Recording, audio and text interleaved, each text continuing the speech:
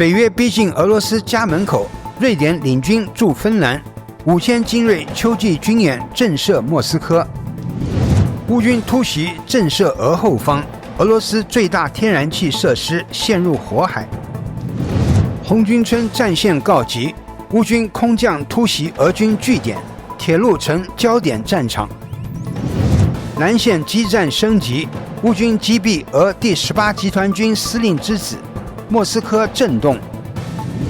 克里米亚惊魂，俄军防空误击自家苏30战机。突发，以色列发动大规模空袭加沙走廊，哈马斯被指违反停火协议。大家好，欢迎收看新冷战情室，请大家先为我们的节目点赞留言，谢谢大家。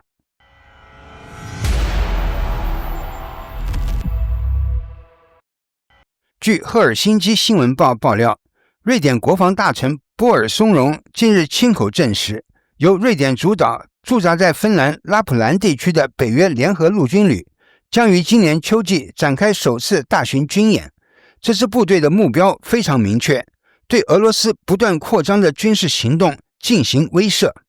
芬兰晚报进一步披露，这支北约旅规模达5000名精锐士兵，全员经过严格选拔，战斗力极强。除了瑞典与芬兰外，英国、法国等欧洲强国也深度参与组建。这绝不只是演习那么简单，而是一场针对俄军的实战预演。莫斯科方面虽然嘴上说北约的动作不构成威胁，但克里姆林宫随即补了一句，俄罗斯不会坐视不理。这前后态度明显是被吓到了。更有意思的是，普京曾放话称芬兰、瑞典加入北约毫无意义，并扬言俄军会在边境部署打击系统。然而如今北约旅就在芬兰北部集结，军演在即，俄罗斯却异常安静，没见到部队调动，也没听到普京再放狠话。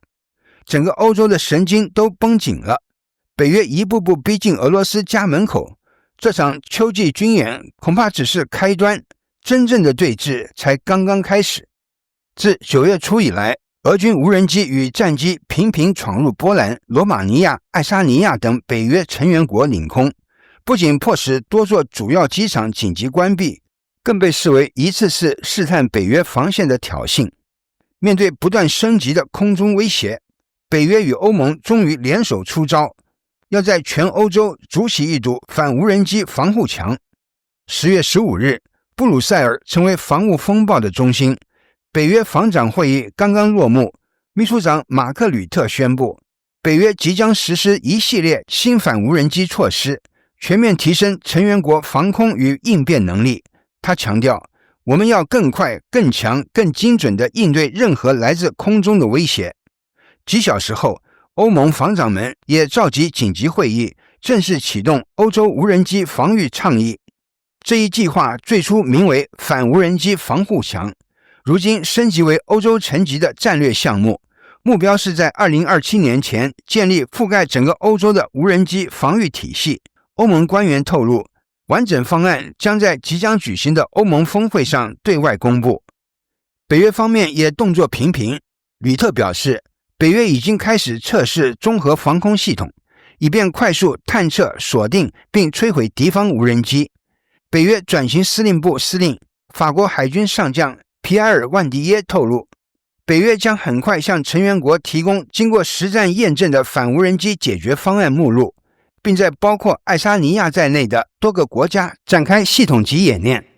爱沙尼亚防长佩夫库尔指出，这些演练将让各国共享最前线的防御经验，以便真正做到协同防空。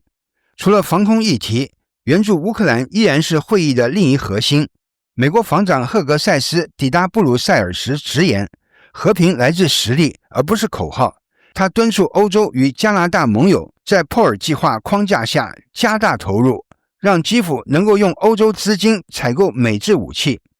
根据乌克兰总理什梅加尔的数据，乌方已经通过计划获得约20亿美元援助，资金来自荷兰及多国北欧国家，德国与加拿大则承诺追加5亿美元。吕特证实，目前北约32个成员国中已有过半响应该计划。什梅加尔强调，乌克兰2026年的国防预算预计高达1200亿美元，其中约一半可自筹。他语气坚定地表示，如果伙伴国提供必要的支持，我们有能力在2年内生产1000万架无人机。在俄军无人机境内与欧洲防空集体升级的背后，欧洲大陆的安全格局正在被重新定义，无人机战正从乌克兰前线蔓延到整个欧洲天空。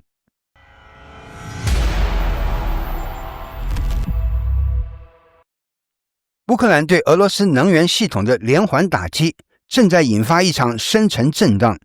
19日夜间，俄境内的奥伦堡天然气处理厂突遭乌军无人机远程袭击，爆炸瞬间火光冲天，烈焰吞噬整片厂区。即便数小时过去，火势依然失控，黑烟仍在数十公里外可见。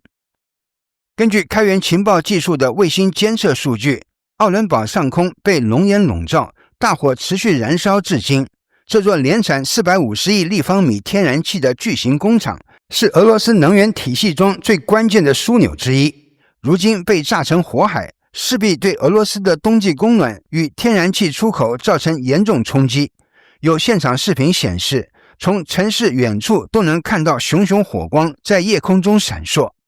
军事分析人士指出，乌军的无人机跨越1200公里精准命中目标，显示乌克兰在远程打击能力上已经跃升至新阶段。近期，乌军的攻击重心正在从炼油厂转向天然气基础设施，这意味着基辅正在发动一场全面能源战，目标不再只是战场，而是俄罗斯的经济命脉。据报道，10月20日，俄罗斯出动了60架无人机与3枚导弹，对乌克兰多地发动密集空袭。乌军防空系统迅速反击，成功击落38架无人机，但仍有12处地点遭到命中与爆炸。与此同时，乌克兰也发起了近100架无人机的反击行动，目标直指俄罗斯本土、克里米亚及乌东多处战略设施。夜空中爆炸声此起彼伏，多地传出火光冲天的画面，损失细节仍在核实中。其中最引人注目的是乌克兰疑似袭击了距前线约1300公里的夏塔姆斯克塔特炼油厂。这家炼油厂曾在2024年4月2日遭到乌方袭击，如今再度成为目标，象征乌克兰远程打击能力的显著提升。此外，在过去24小时内，乌军无人机还连续袭击了新库比雪夫斯克炼油厂以及比尔江斯克俄军燃料与润滑油储备基地，多处设施受损，火势蔓延。乌克兰继续加大远程袭击的精度和力度，必将让俄罗斯付出更多代价。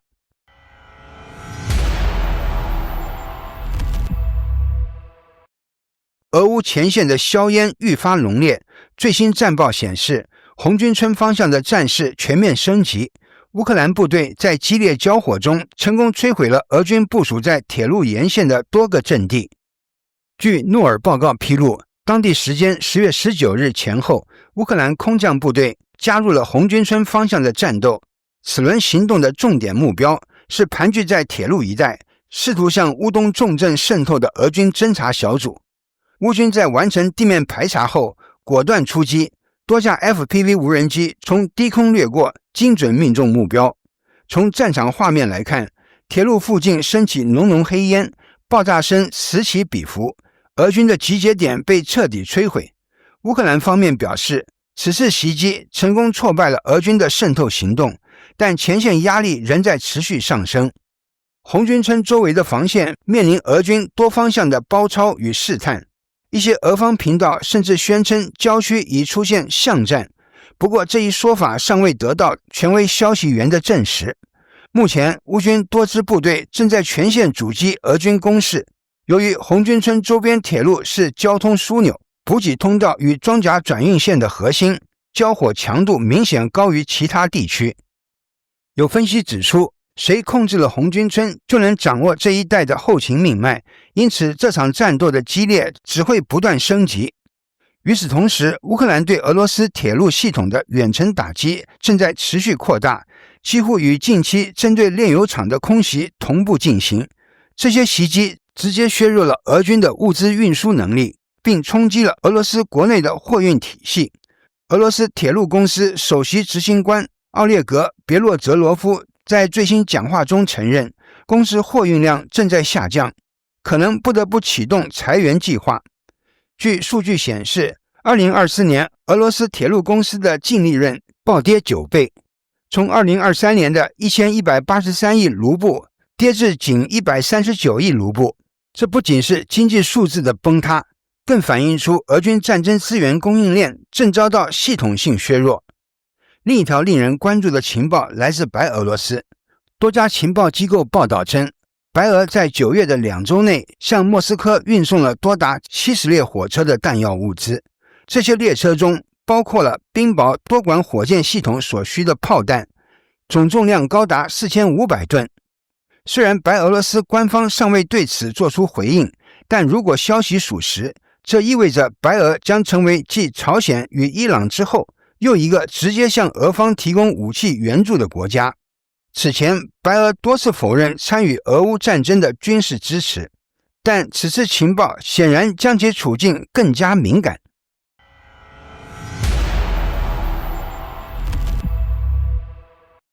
乌克兰南部战场再度传出震撼消息，俄军高层的至亲阵亡。据图片报披露，乌克兰军队近日在扎波罗热地区发动的一次行动中，击毙了俄罗斯第18集团军司令的儿子瓦西里·马尔佐耶夫。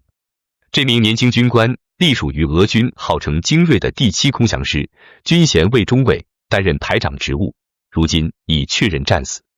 此事一经传出，立即引发舆论关注，也凸显了当前俄乌前线交战的惨烈程度。莫斯科方面暂未对此作出正式回应，但若消息得到确认，这无疑是乌克兰近期在战场上对俄方造成的重要打击之一。尤其考虑到瓦西里·马尔佐耶夫的父亲是俄军第18集团军司令，这起事件的象征意义更加重大。第18集团军长期驻扎在扎波罗热与赫尔松一带，是乌克兰南部战区的主要敌军力量。过去数月，双方围绕第聂伯河展开了多次激烈攻防战。乌克兰第35海军陆战旅曾在1月内对该集团军造成沉重打击，摧毁其超过150件装备，使俄军在该地的攻势被迫减缓。如今，随着俄军在顿涅茨克等东部战线的进攻势头明显放缓，俄方的战略重心正逐步转移至南部，试图在这一方向上寻找突破口。而乌克兰军队的清除行动正是在这一背景下展开的。可以预见，未来南部与东部的战线将会更加紧密的联动，局势也将更趋复杂。与此同时，国际层面对俄罗斯的压力也在不断升级。根据 Politico 的报道，欧盟正准备对俄罗斯所谓的影子舰队实施登船检查，以遏制俄方通过这些船只绕过制裁出口石油。相关草案预计将在11月底前完成，并有望在下次欧盟外长会议上正式通过。自2025年以来，欧洲对影子舰队的打击力度已达到前所未有的程度。这些为规避制裁而设立的油轮正面临史上最严监管与查控。俄罗斯的能源出口通道正被一步步收紧。与此同时，北约也在悄然扩大对乌克兰的直接支持。除了持续提供情报、武器与训练之外，北约内部正在讨论在乌克兰境内设立更多训练与支援基地，以更高效地帮助乌军提升作战能力。更有消息称，北约正在评估在乌境内建立前线阵地的可能性，为未来潜在的停火与谈判做准备。值得注意的是，美国军工巨头贝尔德士隆公司近日宣布，计划在乌克兰建立生产与维修基地，用于直升机的组装和维护。这一举动意味着美国军工力量将首次以实际设施的形式直接进入乌克兰。不仅如此，德国军工巨头莱茵金属公司早在去年便已在乌克兰开设工厂，生产弹药与装甲车辆，为乌军提供前线物资支持。这些在俄乌战争初期被视为禁忌的举动，如今已一一实现。曾经被莫斯科定义为红线的界限，正被西方国家与乌克兰一再跨越。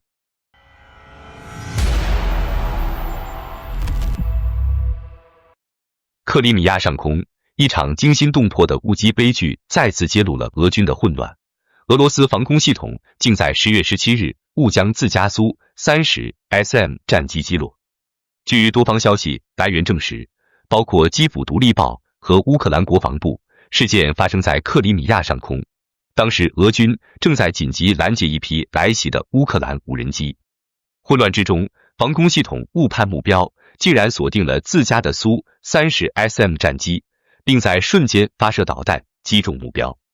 这架造价高达5000万美元的先进多用途战机瞬间化为空中火球。幸运的是，2名飞行员及时弹射逃生，才躲过一劫。这一事件再次暴露出俄军在战场指挥、雷达识别和防空协调上的严重问题，友军成了敌军，战机变成防空靶标。与此同时，乌克兰空军则展现出惊人的战术升级。一架乌克兰米格29战机成功挂载美制 GBU-62精确导引炸弹，对俄军控制的一栋建筑实施定点轰炸。从空中视角拍摄的视频显示，导弹准确命中目标，爆炸瞬间，整座建筑被火光吞没。这并非孤立。自2025年初以来，乌克兰持续将西方提供的高精度制导弹药整合到苏联时期战机上，使得乌军在南部战区，尤其是扎波罗热方向的打击能力实现质的飞跃。这种精准打击模式正在不断重创俄军防线，并屡次被记录在战场影像中。仅仅2天后，战火又燃向了俄罗斯本土。10月19日凌晨，乌克兰无人机再度突袭俄罗斯奥伦堡天然气加工厂，这是俄境内最大的天然气加工设施之一。爆炸瞬间火光冲天，大火吞噬厂区。路透社与当地官员随后证实，设施遭到严重破坏，哈萨克天然气供应被迫中断。要知道，这座工厂距离乌克兰边境足足1500公里。这次成功攻击意味着乌克兰的远程无人机打击能力已深入俄罗斯腹地，让莫斯科再也无法感到安全。而奥伦堡工厂只是俄能源体系中被连续打击的众多目标之一。根据乌克兰研究机构 Topni Data 的最新数据，截至2025年8月至10月，俄罗斯高达 84% 的地区出现汽油与柴油短缺。数据地图清楚显示，短缺范围正在逐周扩大。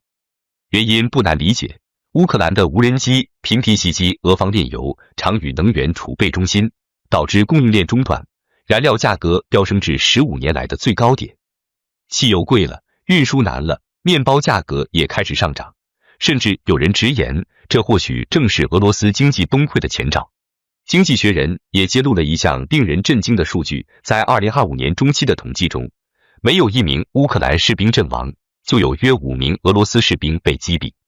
尽管普京在夏季动员了创纪录的兵力，发动所谓第2波攻势，但结局依然是惨烈的失败，人力与装备的损耗远超预期，俄军战线全面吃紧。多家分析机构指出，乌克兰虽然承受巨大压力，但瞬间崩溃的可能性极低。原因很简单，俄罗斯付出的代价远远超过他所能获得的任何战果。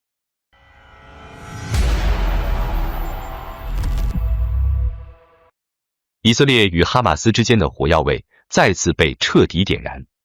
据多家中东媒体突发报道，以色列方面指责哈马斯公然违反停火协议，率先向以军士兵开火，直接引爆了新一轮冲突。紧接着，加沙地区就遭到猛烈的报复性空袭，轰炸声彻夜不息，战火重燃的信号已经无法掩盖。耶路撒冷邮报报道称，当地时间10月20日前后，以色列对加沙中部和南部同时展开行动。从现场流出的画面可以看到，关键的加沙走廊一带传出剧烈爆炸，浓烈的黑烟和滚滚的蘑菇云直冲天际，整个加沙天际线被火光与烟雾笼罩。目击者形容，那一刻大地都在颤抖。战机呼啸而过，导弹的光迹划破夜空，战争的阴影仿佛一夜之间又回来了。而这一切的导火索来自几天前拉法地区的突袭事件。据悉，当时一辆以军工程车在执行任务时遭遇埋伏，一支武装小队从地道中突然钻出，向以军发射火箭弹。这次偷袭导致2名以色列士兵当场阵亡，另有3人重伤。事件发生后，以色列高层震怒，军方高层紧急商讨反制行动。以色列防长卡茨随即发表声明，严厉谴责哈马斯多次违反停火协议，并警告他们将为此付出沉重代价。果然，不到几个小时，以军的 F-16战机和无人机群就出动，对哈马斯藏身的地道网路实施了精准轰炸。爆炸持续不断，整个加沙地带陷入火海。与此同时，总理内塔尼亚胡也立即签署命令，暂停所有援助物资进入加沙，并再次封锁边境口岸。这意味着原本脆弱的加沙人道局势将进一步恶化。美国方面也迅速表态。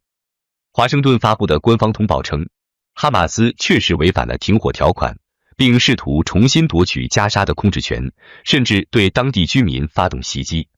美方警告，这种行为正在摧毁来之不易的和平努力，并明确表示，如果哈马斯继续拒绝履行协议，美国将支持以色列对其采取军事行动。从目前形势看，哈马斯这一步棋可能并非一时冲动，而是有意为之。分析认为，哈马斯的真正目的是要向外界证明他们并未屈服，也不打算解除武装，更希望通过行动重新确立自己在加沙的主导地位。事实上，早在停火达成之初，哈马斯驻卡达的高级代表穆罕默德·纳扎尔就公开放话，这场停火只是暂时的休战，是为了重建我们的力量，并获得喘息的时间。他还进一步强调，哈马斯绝不会解除武装，并宣称他们将继续维护加沙的安全与尊严。但问题在于，以色列显然不会容忍这样的挑衅。对内塔尼亚胡而言，这简直就是送上门的理由。既然哈马斯主动出手，那他就有了发动全面反击的正当性。更重要的是，如今的哈马斯手中已经没有人质可以作为筹码，少了这一层顾虑，以军接下来的行动很可能会比以往更加猛烈、更加彻底。种种迹象表明，这场看似短暂的停火，或许只是暴风雨前的平静，加沙的战火正被再次点燃。